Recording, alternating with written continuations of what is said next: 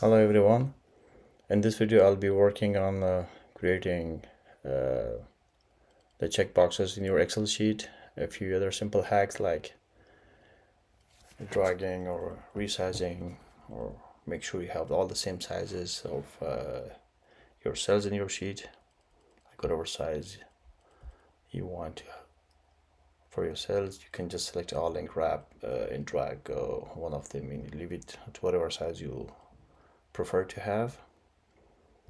This is a simple formula of filling all the number columns. Just select these two columns, cells, and drag it all the way to the down. So it's gonna give you all the numbers. A simple formula.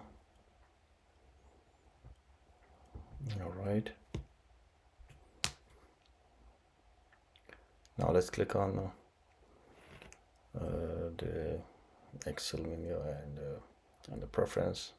So you're gonna click on the ribbon, and here click on developer. So you just brought the developer menu, and you just click on the checkbox, and you can just simply drag it here. You can give it a name, whatever name you want, or you can just delete or remove the name and just leave the checkbox alone. All right.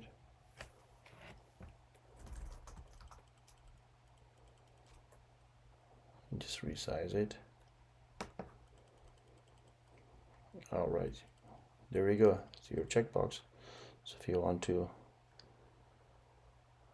have the zigzag all over the cells, you just simply click and drag the cursor, and you're gonna have it auto-filled.